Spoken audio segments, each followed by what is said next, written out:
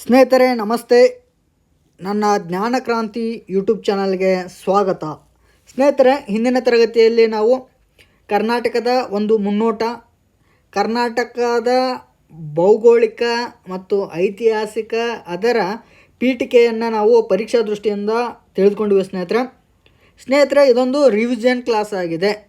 ಇದು revision class ನಮ್ಮ PC ಯಿಂದ ಹಿಡಿದು DC ವರೆಗಿನ ಎಲ್ಲ ಪರೀಕ್ಷೆಗಳಲ್ಲಿ ಇಲ್ಲಿನ ಮಾಹಿತಿಗಳು ಭಾಳಷ್ಟು ಇಂಪಾರ್ಟೆಂಟ್ ಆಗ್ತವೆ ಸ್ನೇಹಿತರೆ. ಹಿಂದಿನ ತರಗತಿಯ ಇದು ಅದರ ಮುಂದುವರಿದ ಭಾಗ. ಸ್ನೇಹಿತರೆ ಬನ್ನಿ ಚರ್ಚೆಯನ್ನು ಆರಂಭಿಸೋಣ. ಕರ್ನಾಟಕದ ಪ್ರಾಕೃತಿಕ ವಿಭಾಗಗಳು. ಸ್ನೇಹಿತರೆ, ಕರ್ನಾಟಕ ರಾಜ್ಯದ ಬಹಳಷ್ಟು ಭಾಗವು ಸಮುದ್ರ ಮಟ್ಟಕ್ಕೆ 450ರಿಂದ 900 ಮೀಟರ್ ಎತ್ತರದಲ್ಲಿದೆ. ಸಮುದ್ರ ಮಟ್ಟಕ್ಕೆ 450ರಿಂದ 900 ಮೀಟರ್ ಎತ್ತರದಲ್ಲಿದೆ ಬಹಳಷ್ಟು ಭಾಗಗಳು. ನಮ್ಮ ಕರ್ನಾಟಕದ ಬಹಳಷ್ಟು ಭಾಗಗಳು 450ರಿಂದ 900 ಮೀಟರ್ ಎತ್ತರದಲ್ಲಿವೆ ಸಮುದ್ರ ಮಟ್ಟಕ್ಕಿಂತ. ಕೆಲವು ಭಾಗಗಳಲ್ಲಿ 1800 ಮೀಟರ್ಗಳಿಗೂ ಹೆಚ್ಚು ಎತ್ತರದ ಭಾಗಗಳಿವೆ. ಇನ್ನು ಕರಾವಳಿ ಮೈದಾನ ದಕ್ಷಿಣದಲ್ಲಿ ಮಂಗಳೂರಿನಿಂದ ಉತ್ತರದಲ್ಲಿ ಕಾರವಾರದವರೆಗೂ 320 ಕಿಲೋಮೀಟರ್ ಉದ್ದವಾಗಿದೆ. ಬಹಳ ಇಂಪಾರ್ಟೆಂಟ್ ಇದು. ಕರ್ನಾಟಕದ ಕರಾವಳಿ ತೀರ 320 ಕಿಲೋಮೀಟರ್, ದಕ್ಷಿಣದಲ್ಲಿ ಮಂಗಳೂರಿನಿಂದ ಉತ್ತರದಲ್ಲಿ ಕಾರವಾರದವರೆಗೂ ಹಬ್ಬಿದೆ. 12ರಿಂದ 64 ಕಿಲೋಮೀಟರ್ ಅಗಲವಿದೆ. ಎಷ್ಟು? 12ರಿಂದ 64 ಕಿಲೋಮೀಟರ್ ಅಗಲವಿದೆ. ಇದು ಸಮುದ್ರ ಮಟ್ಟದಿಂದ 200 ಮೀಟರ್ಗಳಷ್ಟು ಮೀರುತ್ತದೆ. ಸಮುದ್ರ ಮಟ್ಟದಿಂದ 200 ಮೀಟರ್ಗಳಷ್ಟು ಮೀರ್ತದೆ. ಇದನ್ನು ಕೆನರಾ ಅಥವಾ ಕರ್ನಾಟಕ ಕರಾವಳಿ ತೀರ ಅಂತ ಕರಿತೀವಿ. ಕರಾವಳಿ ಮೈದಾನವನ್ನು ಏನಂತ ಕರಿತೀವಿ? ಕೆನರಾ ತೀರ ಅಂತ ಕರೀತಾರೆ. ಕೆನರಾ ಅಥವಾ ಕರ್ನಾಟಕ ಕರಾವಳಿ ಅಂತ ಕರೀತಾರೆ. ಇನ್ನು ಕರಾವಳಿಯ ಉದ್ದಕ್ಕೂ ಅನೇಕ ಬಂದರುಗಳಿವೆ. ಅವುಗಳಲ್ಲಿ ನವಮಂಗಳೂರು ಬಂದರು ಕರ್ನಾಟಕದ ಅತಿ ದೊಡ್ಡ ಬಂದರು ಆಗಿದೆ. ಕರ್ನಾಟಕದ ಅತಿ ದೊಡ್ಡ ಬಂದರು ಯಾವುದು? ನವಮಂಗಳೂರು ಬಂದರು. ಇನ್ನು ಭಟ್ಕಳ, ಮಲ್ಪೆ, ಕಾರವಾರ, ಕುಮಟ, ಬೇಲೆಕೇರಿ, ಹೊನ್ನಾವರಗಳು ಮೀನುಗಾರಿಕಾ ಬಂದರುಗಳಾಗಿವೆ. ಭಟ್ಕಳ, ಮಲ್ಪೆ, ಕಾರವಾರ, ಕುಮಟ, ಬೇಲೆಕೇರಿ, ಹೊನ್ನಾವರಗಳು ಮೀನುಗಾರಿಕಾ ಬಂದರುಗಳು. ಇನ್ನು ಬೀಚುಗಳು ಮಂಗಳೂರು ಸಮೀಪದ ಮುರುಡೇಶ್ವರ, ಮರವಂತೆ ಮತ್ತು ಗೋಕರ್ಣ ಸಮೀಪದ ಓಂ ಬೀಚ್. ಇವು ಕರ್ನಾಟಕದ ಪ್ರಮುಖ ಬೀಚ್ಗಳು.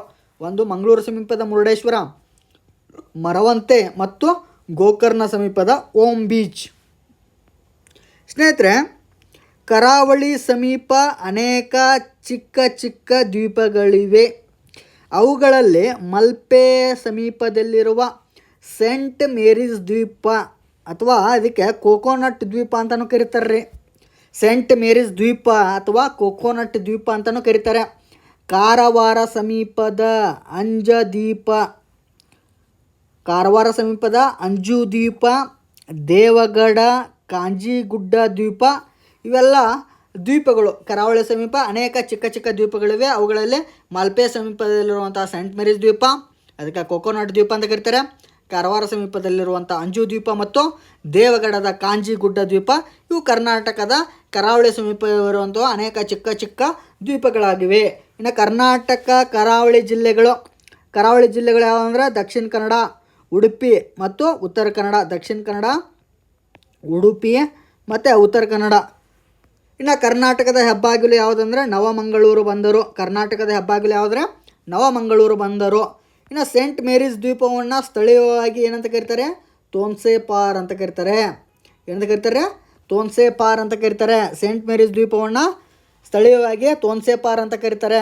ಮುರುಡೇಶ್ವರ ಸಮೀಪ ನೇತ್ರಾಣಿ ದ್ವೀಪವಿದೆ. ಇಲ್ಲಿ ಪಾರಿವಾಳಗಳು ಅಧಿಕವಾಗಿರುವುದರಿಂದ ಇದನ್ನು ಪಿಜನ್ ಐಲ್ಯಾಂಡ್ ಅಂತ ಕರೀತಾರೆ. ಮುರುಡೇಶ್ವರ ಸಮೀಪ ನೇತ್ರಾಣಿ ದ್ವೀಪವಿದೆ. ಇಲ್ಲಿ ಪಾರಿವಾಳಗಳು ಅಧಿಕ ಇರೋದ್ರಿಂದ ಇದಕ್ಕೆ ಏನಂತ ಕರೀತಾರೆ? Pigeon island. ನೇತ್ರಾಣಿ ದ್ವೀಪಕ್ಕೆ ಪೀಜನ್ ಐಲ್ಯಾಂಡ್ ಅಂತ ಕರೀತಾರೆ. ಇನ್ನು ಮಲೆನಾಡು ಪ್ರದೇಶ, ಕರ್ನಾಟಕ ರಾಜ್ಯದ ಪಶ್ಚಿಮ ಘಟ್ಟಗಳನ್ನು ಮಲೆನಾಡು ಎನ್ನುವರು. ಕರ್ನಾಟಕ ರಾಜ್ಯದ ಪಶ್ಚಿಮ ಘಟ್ಟಗಳಿಗೆ ಏನಂತ ಕರೀತಾರೆ? ಮಲೆನಾಡು ಅಂತ ಕರೀತಾರೆ. ಇದನ್ನೇ ಸಹ್ಯಾದ್ರಿ ಬೆಟ್ಟಗಳು ಅಂತಲೂ ಕರೀತಾರೆ. ಸಹ್ಯಾದ್ರಿ ಬೆಟ್ಟ ಅಂತಲೂ ಕರೀತಾರೆ. ಇನ್ನು ಕರ್ನಾಟಕದ ಅತಿ ಎತ್ತರವಾದ ಶಿಖರ ಯಾವುದಂದರೆ ಮುಳ್ಳಯ್ಯನಗಿರಿ. ಕರ್ನಾಟಕದ ಅತಿ ಎತ್ತರವಾದ ಶಿಖರ ಯಾವುದ್ರೆ? ಮುಳ್ಳಯ್ಯನಗಿರಿ. ಇನ್ನು ಮುಳ್ಳಯ್ಯನಗಿರಿ ನಂತರ ಕುದುರೆಮುಖ, ಕಲಹತ್ತಗಿರಿ, ರುದ್ರಗಿರಿ, ದೇವಿರಮ್ಮನ ಬೆಟ್ಟ, ಇವು ಎಲ್ಲ ಚಿಕ್ಕಮಗಳೂರು ಜಿಲ್ಲೆಯಲ್ಲಿರುವಂತಹ ಅತಿ ಎತ್ತರದ ಶಿಖರಗಳು. ಮುಳ್ಳಯ್ಯನಗಿರಿ, ಕುದುರೆಮುಖ, ಕಲಹತ್ತಗಿರಿ, ರುದ್ರಗಿರಿ, ದೇವಿರಮ್ಮನ ಬೆಟ್ಟ ಚಿಕ್ಕಮಗಳೂರು ಜಿಲ್ಲೆಯಲ್ಲಿ ಕಂಡುಬರುವಂತಹ ಒಂದು ಬೆಟ್ಟಗಳು. ಇನ್ನು ಘಾಟಿ ಅಥವಾ ಘಟ್ಟ ಮಾರ್ಗಗಳು. ಘಾಟ್ಗಳನ್ನು ನೋಡೋಣ ಸ್ನೇಹಿತರ. ಪರೀಕ್ಷಾ ದೃಷ್ಟಿಯಿಂದ ಭಾಳಷ್ಟು ಇಂಪಾರ್ಟೆಂಟ್. ಕರ್ನಾಟಕದ ಪೂರ್ವದ ಮೈದಾನದಿಂದ ಪಶ್ಚಿಮ ಘಟ್ಟಗಳನ್ನು ಘಾಟಿ, ಕರಾವಳಿ ಮೈದಾನಕ್ಕೆ ಹೋಗುವ ಮಾರ್ಗವನ್ನು ಪರ್ವತ ಘಾಟಿ ಅಥವಾ ಘಟ್ಟ ಮಾರ್ಗ ಅಂತ ಕರೀತಾರೆ.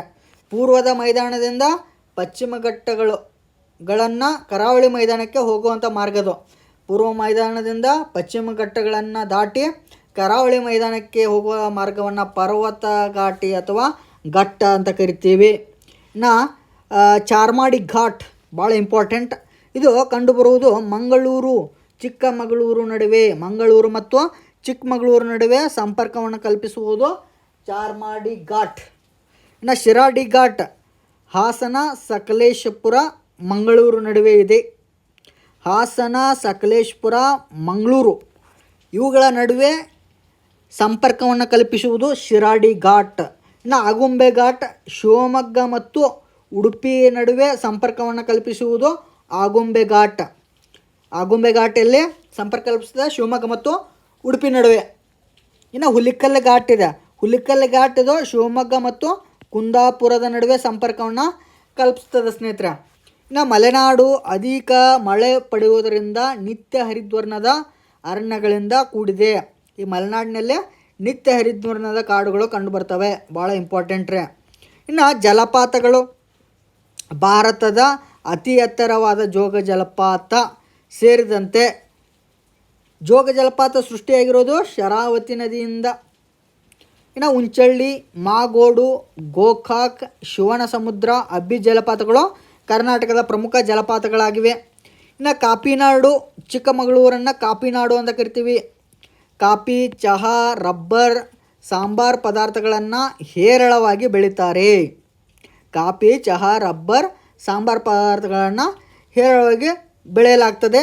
ಅದಕ್ಕೆ ಕಾಫಿ ಬೆಳೀತಾರೆ. ಕಾಫಿ ಬೆಳೆಯೋದ್ರಿಂದ ಚಿಕ್ಕಮಗಳೂರನ್ನು ಕಾಫಿನಾಡು ಅಂತ ಕರಿತೀವಿ. ಅಧಿಕ ಪ್ರಮಾಣದಲ್ಲಿ ಏನು ಮಾಡ್ತಾರೆ? ಇಲ್ಲಿ ಕಾಫಿ ಬೆಳೀತಾರೆ. ಸೊ ಅದಕ್ಕೆ ಚಿಕ್ಕಮಗಳೂರನ್ನು ನಾವು ಕಾಫಿನಾಡು ಅಂತ ಕರಿತೀವಿ. ಇನ್ನು ಕರ್ನಾಟಕದ ಕಾಶ್ಮೀರ. ಕೊಡಗು ಜಿಲ್ಲೆಯಲ್ಲಿ ತಂಪಾದ ವಾತಾವರಣ ಇರೋದರಿಂದ ಕೊಡಗನ್ನು ಕರ್ನಾಟಕದ ಕಾಶ್ಮೀರ ಅಂತ ಕರಿತೀವಿ ರೀ. ಕರ್ನಾಟಕದ ಕಾಶ್ಮೀರ ಅಂತ ಕೊಡಗನ್ನು ಕರೀತಾರೆ. ಮತ್ತು ಕಿತ್ತಳೆ ಹಣ್ಣನ್ನು ಹೆಚ್ಚಾಗಿ ಬೆಳೆಯುವುದರಿಂದ ಕಿತ್ತಳೆ ನಾಡು ಅಂತಲೂ ಕರೀತಾರೆ. ಕಿತ್ತಳೆ ನಾಡು ಅಂತ ಕರೀತಾರೆ. ಇಂಪಾರ್ಟೆಂಟ್ ಇದು ಸ್ನೇಹಿತರೆ. ನೆಕ್ಸ್ಟ್ ಹೋಗೋಣ. ಮಲೆನಾಡು ಪ್ರದೇಶವನ್ನು ಜೀವ ವೈವಿಧ್ಯತಾ ವಲಯ ಅಂತ ಗುರುತಿಸಲಾಗಿದೆ. ಮಲೆನಾಡು ಪ್ರದೇಶವನ್ನು ಏನು ಮಾಡಿದ್ದಾರೆ? ಜೀವ ವೈವಿಧ್ಯತಾ ವಲಯ ಅಂತ ಗುರುತಿಸಿ ರಕ್ಷಿಸಲಾಗ್ತದೆ. ಪಶ್ಚಿಮ ಘಟ್ಟಗಳನ್ನು ಜೀವ ವೈವಿಧ್ಯತಾ ವಲಯ ಅಂತ ಘೋಷಣೆ ಮಾಡಿದ್ದಾರೆ. ಮಲೆನಾಡು ಜಿಲ್ಲೆಗಳು ಯಾವಂದ್ರೆ ನೋಡೋಣ. ಹಾಸನ, ಕೊಡಗು, ಶಿವಮೊಗ್ಗ, ಚಿಕ್ಕಮಗಳೂರು ಇವೆಲ್ಲ ಮಲೆನಾಡು ಜಿಲ್ಲೆಗಳು. ಇನ್ನು ಮೈದಾನ ಪ್ರದೇಶಗಳನ್ನು ನೋಡೋಣ. ಮಲೆನಾಡಿನ ಪೂರ್ವ ದಿಕ್ಕಿನಲ್ಲಿ ವಿಶಾಲ ಮೈದಾನವಿದ್ದು ಸರಾಸರಿ 450ರಿಂದ 760 ಮೀಟರ್ ಎತ್ತರದಲ್ಲಿವೆ. ಮಲೆನಾಡಿನ ಪೂರ್ವ ದಿಕ್ಕಿನಲ್ಲೇ ವಿಶಾಲ ಮೈದಾನವಿದೆ. ಸರಾಸರಿ 450ರಿಂದ 760 ಮೀಟರ್ ಎತ್ತರದಲ್ಲಿವೆ. ಕೃಷ್ಣ, ತುಂಗಭದ್ರಾ ಮತ್ತು ಕಾವೇರಿ ಜಲಾನಯನ ಪ್ರದೇಶಗಳನ್ನು ಇವು ಒಳಗೊಂಡಿವೆ. ಮೈದಾನ ಪ್ರದೇಶಗಳು ಕೃಷ್ಣ, ತುಂಗಭದ್ರಾ, ಕಾವೇರಿ ಇಂತಹ ಜಲಾನಯನ ಪ್ರದೇಶಗಳನ್ನು ಹೊಂದಿವೆ. ಮೈದಾನವನ್ನು 2 ವಿಭಾಗವಾಗಿ ವಿಂಗಡಿಸಬಹುದು. ಒಂದು ಉತ್ತರ ಮೈದಾನ, ಇನ್ನೊಂದು ದಕ್ಷಿಣ ಮೈದಾನ. ಉತ್ತರ ಮೈದಾನ ಕಪ್ಪು ಮಣ್ಣಿನಿಂದ ಕೂಡಿದ ಬಯಲು ಪ್ರದೇಶ ಮತ್ತು ವಿಸ್ತಾರವಾದ ಪ್ರಸ್ಥಭೂಮಿ ಯಾವುದಂದರೆ ಅದು ಉತ್ತರ ಮೈದಾನ. ಕಪ್ಪು ಮಣ್ಣಿನಿಂದ ಕೂಡಿದ ಬಯಲು ಪ್ರದೇಶ ಮತ್ತು ವಿಸ್ತಾರವಾದ ಪ್ರಸ್ಥಭೂಮಿಯೇ ಉತ್ತರ ಮೈದಾನ. ಇದು ಸಮುದ್ರ ಮಟ್ಟದಿಂದ ಸರಾಸರಿ ಎತ್ತರ 365ರಿಂದ 610 ಮೀಟರ್ಗಳು. ಇನ್ನು ಪ್ರಮುಖ ಗುಡ್ಡಗಳು ನೋಡೋಣ. ನರಗುಂದ ಬೆಟ್ಟ, ಪರಸಗಡ ಬೆಟ್ಟ ಇವುಗಳು ಪ್ರಮುಖವಾಗಿವೆ. ಉತ್ತರ ಮೈದಾನದಲ್ಲಿ ನರಗುಂದ ಬೆಟ್ಟ ಐತೆ, ಪರಸಗಡ ಬೆಟ್ಟ ಐತೆ.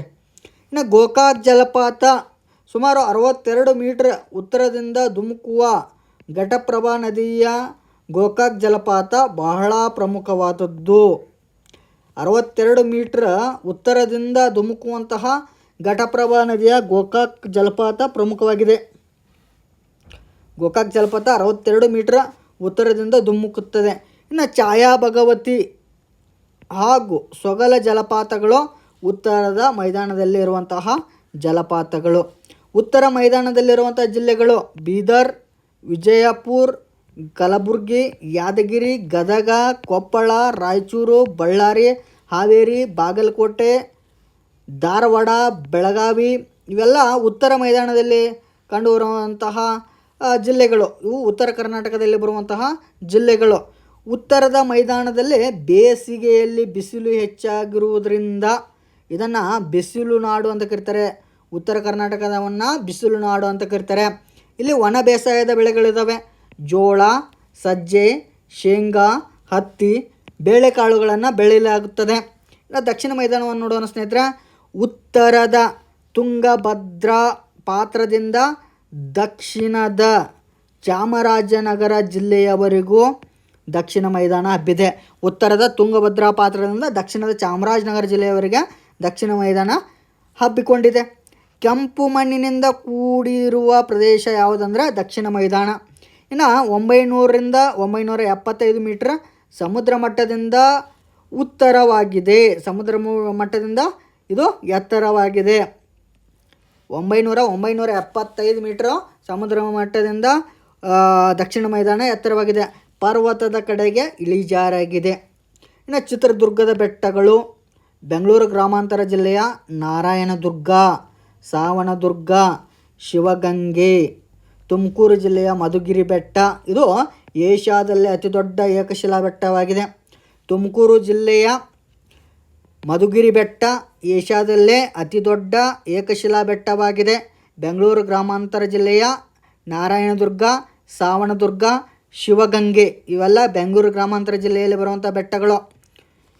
ಇನ್ನು ಚಿಕ್ಕಬಳ್ಳಾಪುರ ಜಿಲ್ಲೆಯ ನಂದಿಗಿರಿಧಾಮ, ಚನ್ನಕೇಶವ ಬೆಟ್ಟ, ಕವಲೇದುರ್ಗ ಹಾಗೂ ಸ್ಕಂದಗಿರಿ.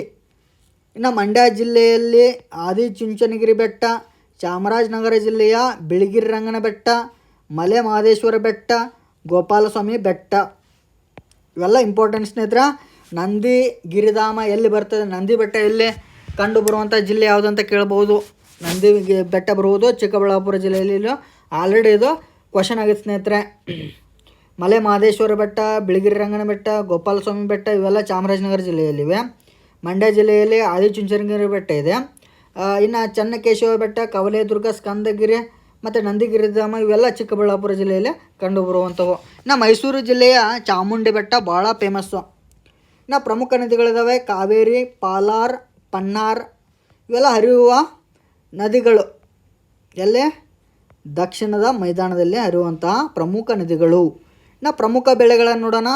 ದಕ್ಷಿಣ ಮೈದಾನದಲ್ಲಿ ರಾಗಿ, ಭತ್ತ, ಕಬ್ಬು, ಶೇಂಗಾ, ಹಿಪ್ಪು ನೇರಳೆ, ತರಕಾರಿಗಳು, ಹಣ್ಣು ಹೂವುಗಳನ್ನು ಬೆಳೀತಾರೆ. ಇನ್ನು ಇಲ್ಲಿ ಬರುವಂಥ ದಕ್ಷಿಣ ಮೈದಾನದಲ್ಲಿ ಬರುವಂಥ ಜಿಲ್ಲೆಗಳು ದಾವಣಗೆರೆ, ಚಿತ್ರದುರ್ಗ, ತುಮಕೂರು, ಕೋಲಾರ, ಚಿಕ್ಕಬಳ್ಳಾಪುರ, ಮಂಡ್ಯ, ಮೈಸೂರು, ಚಾಮರಾಜನಗರ ಜಿಲ್ಲೆಗಳು ಇವೆಲ್ಲ ದಕ್ಷಿಣದ ಪ್ರಮುಖ ಜಿಲ್ಲೆಗಳು. ಕರ್ನಾಟಕದ ವಾಯುಗುಣ ಸ್ನೇಹಿತರೆ, ಮುಂದಿನ ತರಗತಿಯಲ್ಲಿ ಕರ್ನಾಟಕದ ವಾಯುಗುಣದ ಕುರಿತು ತಿಳಿದುಕೊಳ್ಳೋಣ. ಇಷ್ಟು ನಾವು ಕರ್ನಾಟಕದ ಭೂ ಸ್ವರೂಪಗಳು, ಅದರ ಬಗ್ಗೆ ಪ್ರಾಕೃತಿಕ ವಿಭಾಗಗಳ ಬಗ್ಗೆ ಸವಿಸ್ತಾರವಾಗಿ ತಿಳಿದುಕೊಂಡು ಸ್ನೇಹಿತರೆ. ಇವುಗಳು ಪರೀಕ್ಷಾ ದೃಷ್ಟಿಯಿಂದ ಬಹಳಷ್ಟು ಇಂಪಾರ್ಟೆಂಟ್ ಆಗಿವೆ ಸ್ನೇಹಿತರೆ. ನನ್ನ ಜ್ಞಾನಕ್ರಾಂತಿ ಯೂಟ್ಯೂಬ್ ಚಾನಲ್ಗೆ ಸಬ್ಸ್ಕ್ರೈಬ್ ಆಗೋದರ ಮೂಲಕ ಇನ್ನೂ ಹಲವು ತರಗತಿಯನ್ನು ಮಾಡಲು ನೀವು ನನಗೆ ಬೆಂಬಲಿಸಬೇಕಂತ ಹೇಳ್ತಾ ನನ್ನ ತರಗತಿಯನ್ನು ಮುಗಿಸ್ತಾ ಇದ್ದೀನಿ ಸ್ನೇಹಿತರೆ. ಧನ್ಯವಾದಗಳು.